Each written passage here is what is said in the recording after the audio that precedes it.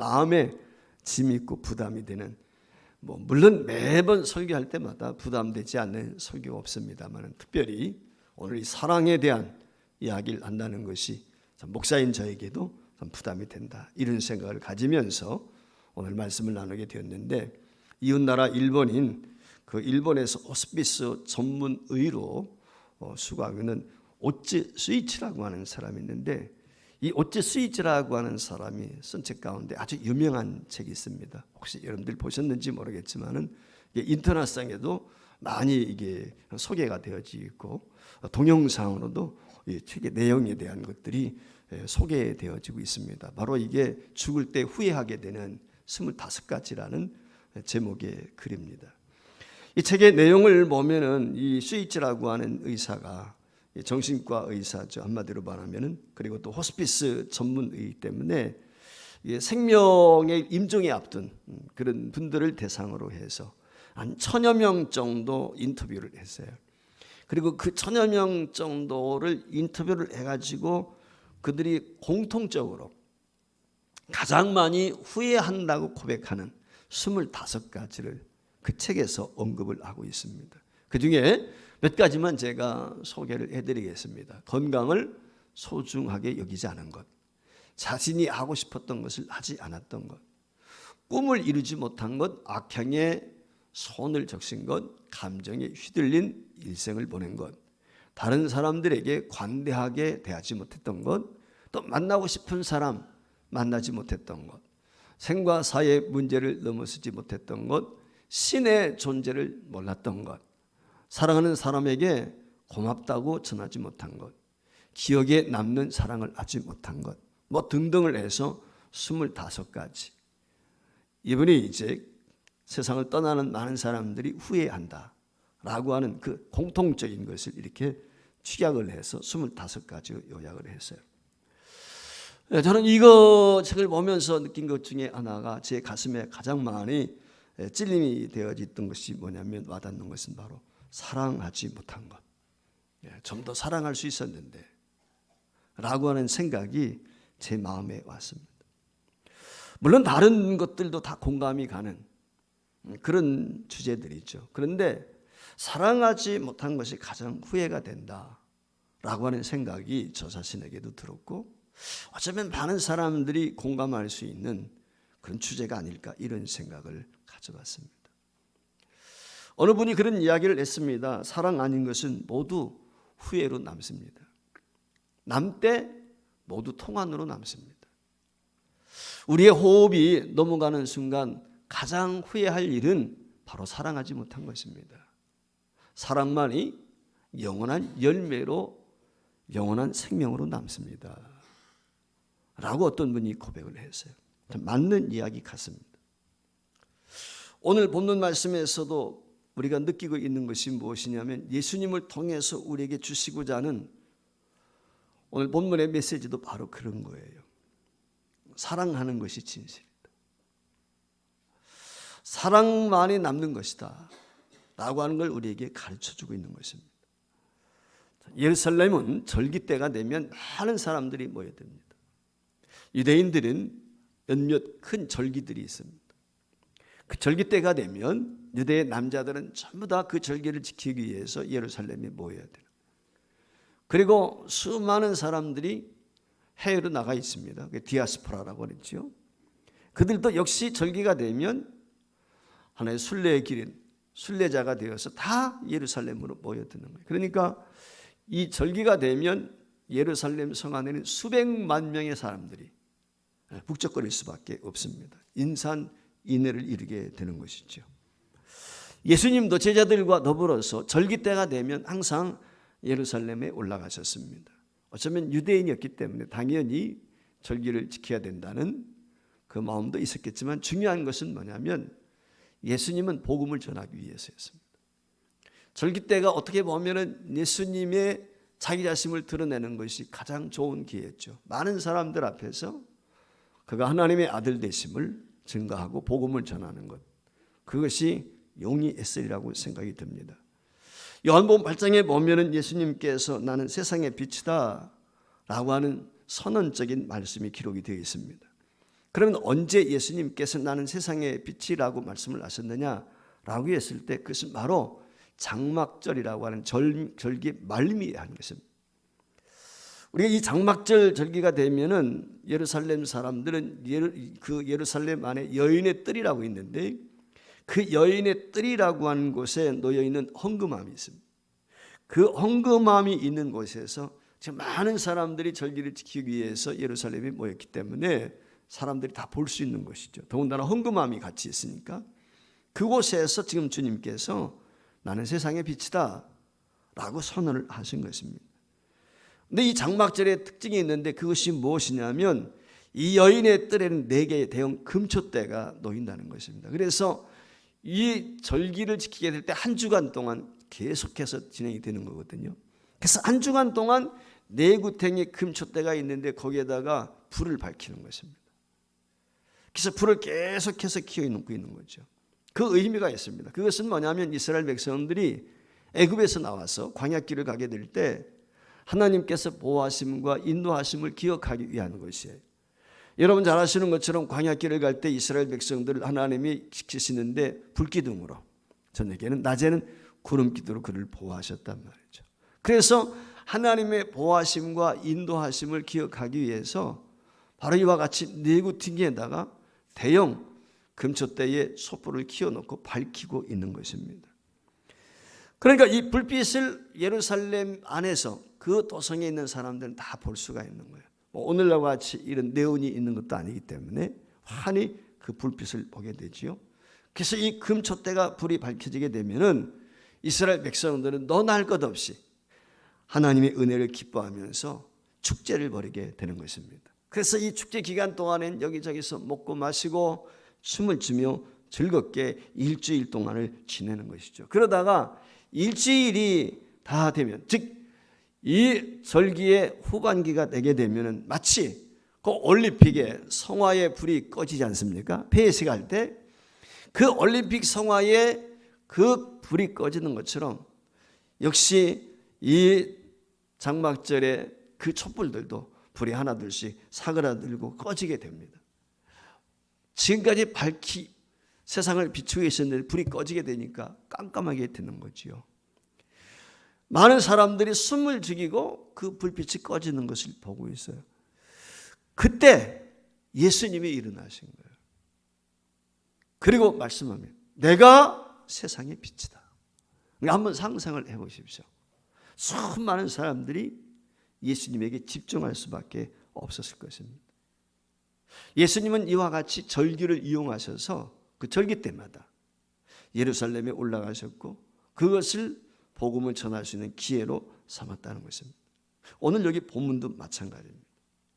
오늘 본문 말씀에 보면은 어느 절기인지 절기 이름은 나와 있지 않아요.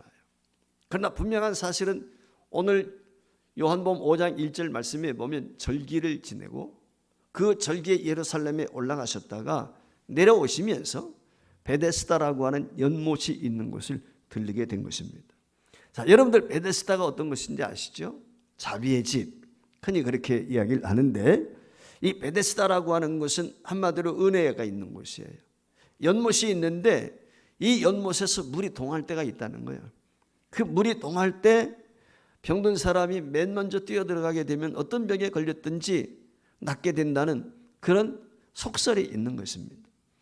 그래서 이 베데스다 연못에는 수많은 환자들이 있습니다. 이 베데스다 연못가에 모인 사람들은 돈 있는 사람들이 아니에요. 나을 수 있는 병을 가진 사람들이 아니에요. 아마 나을 수 있는 병, 돈이 있는 사람들은 이곳에 오지 않았겠죠. 병원에 가 있겠죠. 약을 처방하겠죠.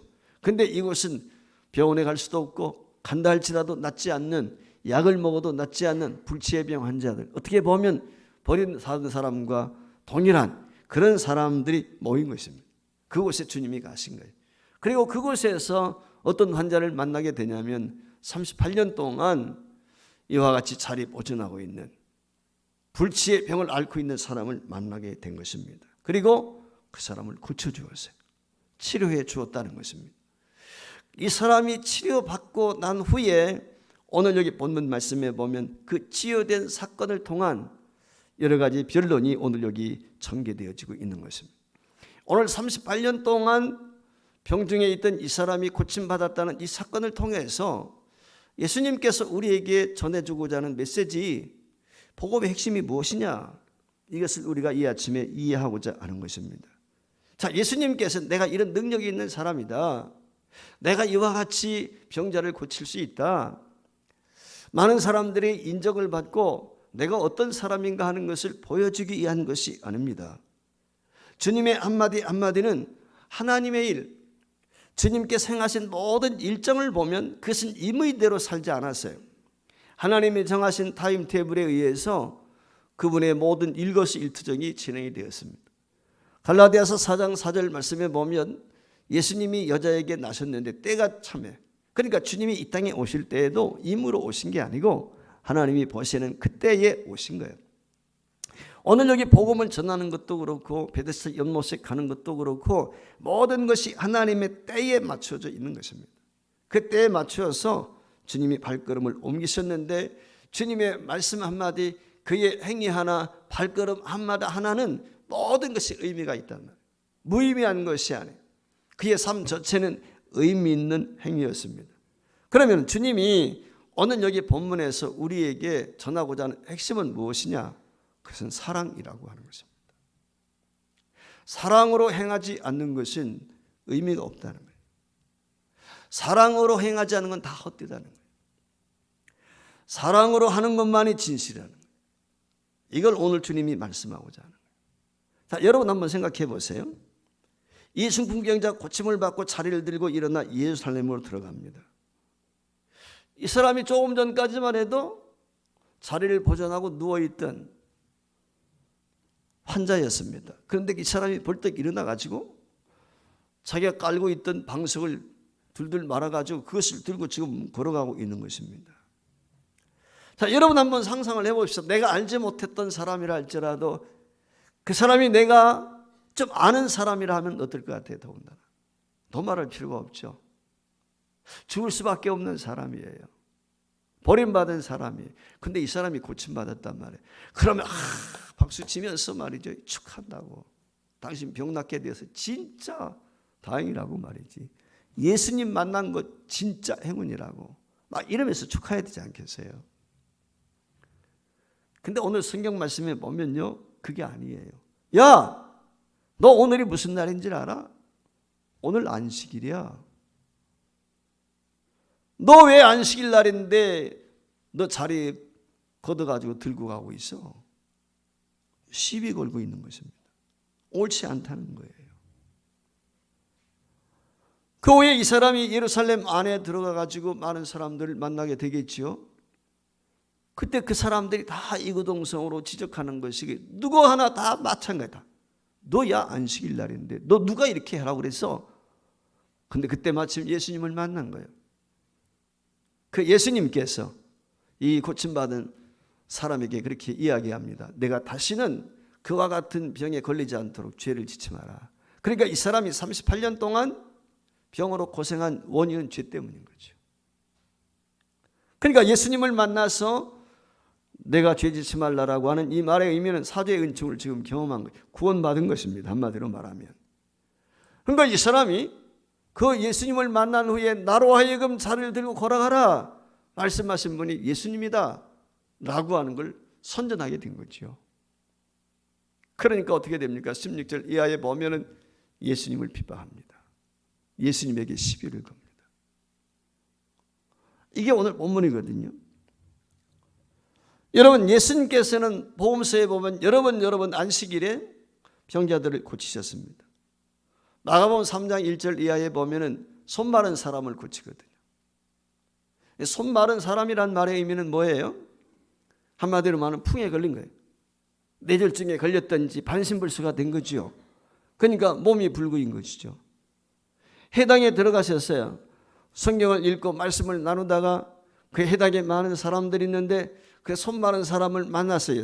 그 사람을 이렇게 세웁니다. 그리고는 그 사람을 향해서 내 손을 내밀라 그랬어요. 여러분, 손이 말라 있는 사람 손을 어떻게 내밀 수 있겠어요? 그렇지 않습니까? 오늘 여기 누워있는 뭡니까 이 베데스다 연못에 있는 사람도 마찬가지. 일어나 걸어가 이게 말이 안 되는 거거든요. 근데 이 손마른 사람을 향해서 손을 내밀라니까 손을 내밀게 되니까 여성하게 과거처럼 쉼을 얻고 건강을 회복했다는 것입니다.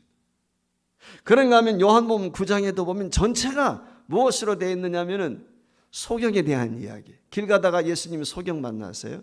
그래서 그 소경을 만나가지고 그 소경에게 무엇을 행하냐? 침을 뱉어서 흙을 이겨가지고 그 눈에 발라주지요. 그리고는 실로암 못에 가서 씻으라 그랬어요. 이 사람이 실로암 못에 가서 씻고 왔단 말이죠. 그랬더니 밝게 세상을 보게 된 거예요. 그날도 안식이래요. 그러니까 이 사건들이 전개되어지면서 유대 종교 지도자들과 예수님과의 다툼이 있습니다. 오늘 여기 중풍병자도 마찬가지죠. 그때마다 사람들은 예수님이 하신 일로 인해서 안식일을 범했다. 너 왜 율법을 범했다. 한마디로 말하면 그거예요. 그래서 예수님을 정죄합니다. 죄인 취급합니다. 핍박합니다. 그리고 종래는 어떻게 됐습니까? 예수님을 십자가에 못 박아 죽인 이유가 바로 여기에 있는 것입니다. 여러분, 예수님이 지금 하신 일이 무엇입니까? 다른 것 아닙니다. 사람을 살린 거예요. 구원한 거예요. 병을 낚인 거예요. 온전케 된 거예요. 그렇지 않습니까? 다른 것 한 것 아니란 말이죠. 여러분, 생명보다 귀한 것 있습니까? 한 생명이 온 천하보다 귀하다고 그랬지 않습니까? 내가 금은 보화를 아무리 가지고 있다 할지라도 내가 죽으면 끝이에요. 제일 중요한 건 살아있는 거예요. 생명을 얻는 거예요. 구원받는 거예요. 이거보다 더 중요한 것이 어디에 있겠습니까? 근데 유대인들, 특별히 종교 지도자들은 거기에는 관심이 없고 어디에 관심이 있어요? 저 사람은 율법을 행하는가 범하는가 정죄하는 것, 심판을 판단하는 것, 거기에만 관심이 있단 말이죠. 그들의 전통, 장로들의 전승, 여기에만 관심이 있어요. 그래서 저들의 판단에 대해서 우리 주님께서 단호하게 말씀을 하고 계십니다. 마가복음 2장 27절 말씀에 보면은 예수님께서 이와 같은 그들을 향하 이렇게 말씀을 하셨습니다. 마가복음 2장 27절을 띄우세요. 네. 또 이르시되 안식일이 사람을 위하여 있는 것이 아니요 사람이 안식을 위해서 있는 것이다 그랬어요. 자, 오늘 거룩한 주일이에요. 이 주일이 누구를 위해서 있는 것입니까? 사실 저와 여러분을 위해서 있는 거예요. 우리가 한 주간을 살아갈 때 하나님의 은혜로 살아가기 위해서 쉼을 얻고 주일날 나와서 예배함으로 회복을 경험하고 그 능력과 쉼을 가지고 또 한 주간 살아가는 거예요. 하나님께서 천지 창조하셨을 때 엿새 동안 열심히 일을 하셨단 말이죠. 그리고 마지막 날 일했지 안식하셔서 쉼을, 하나님에게 무슨 쉼이 필요하겠습니까? 하나님이 쉬시면 어떻게 되겠어요? 하나님이 지금도 우주 만물을 섭리하시고 운행하시는데 주님이 잠시라도 쉰다고 하면은 이 지구촌이 어떻게 되겠습니까? 그렇지 않겠습니까? 하나님은 쉬지 않죠. 다만 안식일을 정하신 이유는 사람으로 하여금 회복을 위해서, 하나님과 교제하고 회복되기 위해서 안식을 주신 거죠. 즉 인간을 위해서 주신 거예요. 사람을 위해서 주셨다는 거예요.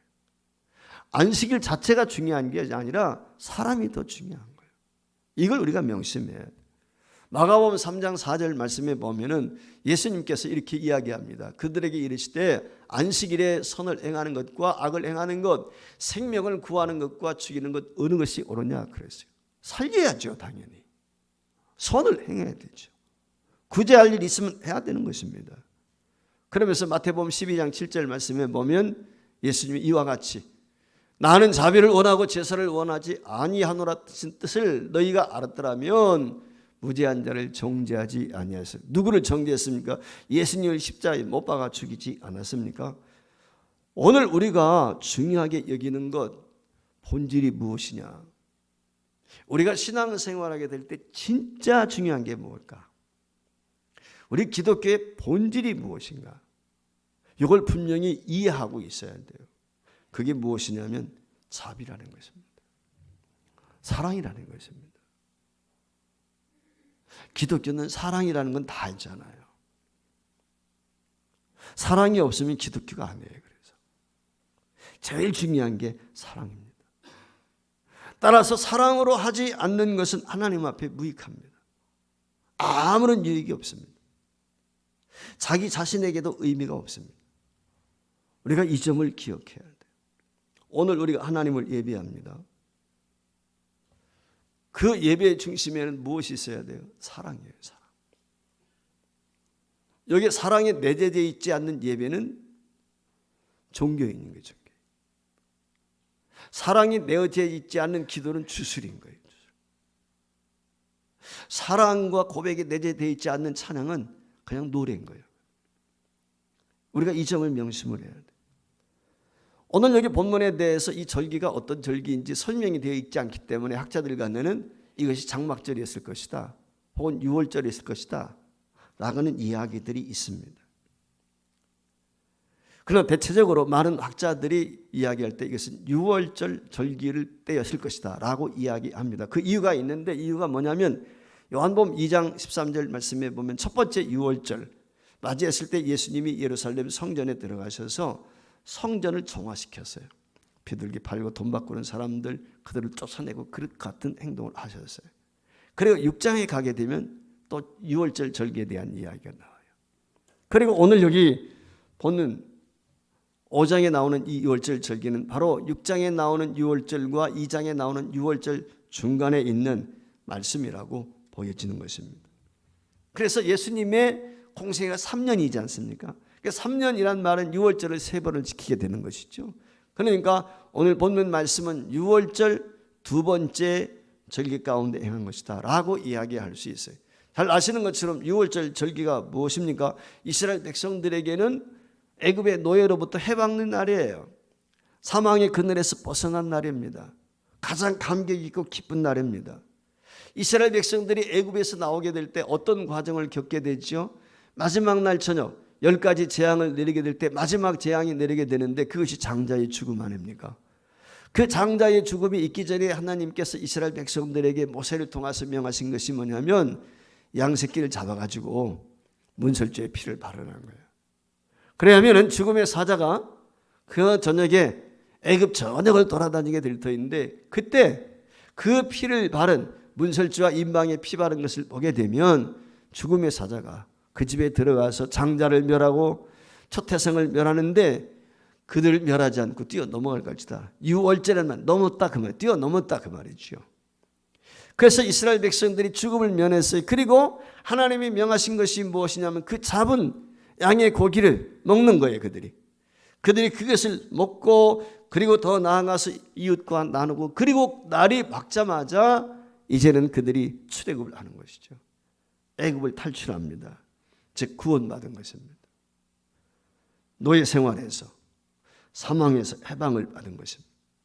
이제 이스라엘 백성들이 하나님의 인도하심을 받아서 가나안 땅, 약속하신 그 땅을 향해서 기쁨으로 나아가게 되는 것이죠. 바로 이 유월절 해방절, 애굽에서 자유하게 된 이 구원의 감격과 기쁨을 하나님 앞에 기념하며 드리는 절기가 바로 유월절이라고 하는 것입니다.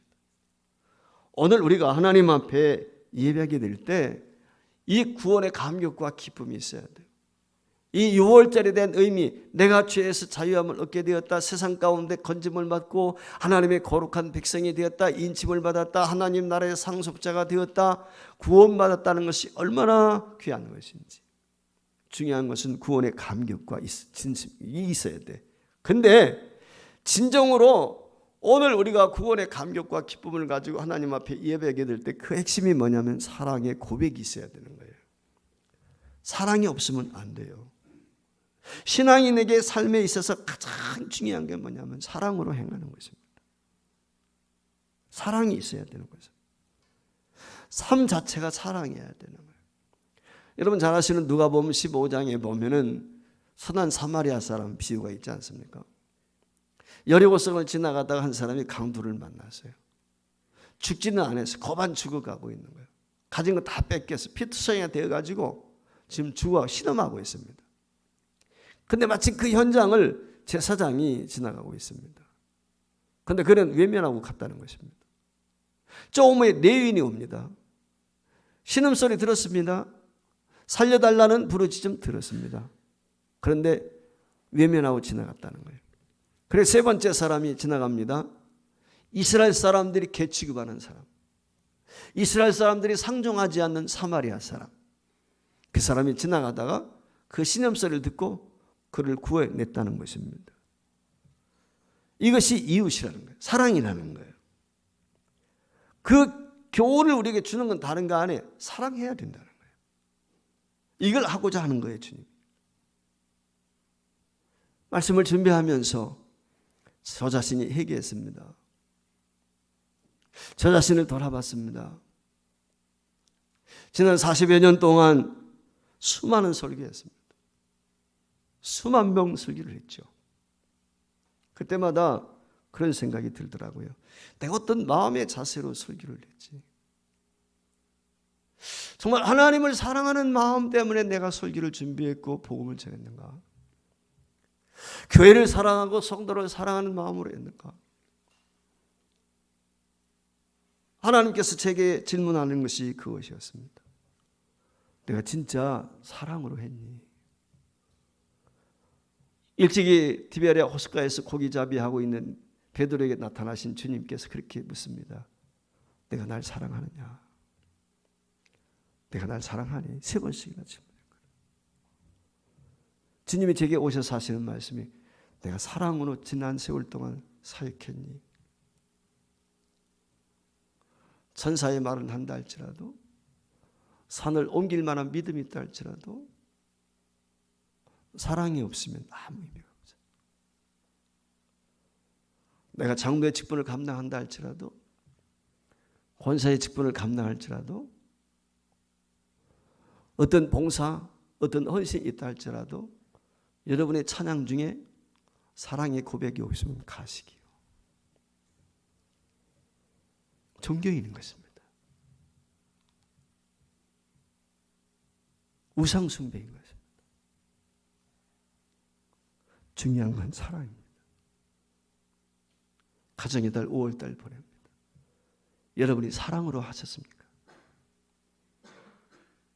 아내를 사랑하셨습니까? 여러분 남편을 사랑하십니까? 음식 하나 가정에서 하는 보잘것없는 일을 할지라도 사랑하는 마음이 있으면 기쁨이 있어요. 즐겁습니다. 억지가 아닙니다. 아이들을 돌볼 때도 마찬가지. 사랑하는 자식에게는요, 그 아이가 아무리 집안을 더럽혀 놨어도 그거 상관나잖아. 정리하면서 오히려 기뻐하고 감사해요. 야, 내 자식이 살아있으니까 건강하니까 이렇게 엉망 만들어 놓지. 오히려 감사하고 기뻐하는 거예요. 여기에 똥을 싸놔도 감사하고 기뻐하고. 언젠가 제가 그런 얘기했지 않습니까? 똥 잘 싸는 게 얼마나 큰 축복인지. 변비에 걸려보세요. 그렇지 않습니까? 정말 감사한 게 너무 많거든요. 사랑하면 매사가 다 감사한 거예요. 기독교인에게는 사랑의 빛 외에는 지지 말라. 주님이 우리에게 가르쳐주고 있는 거예요.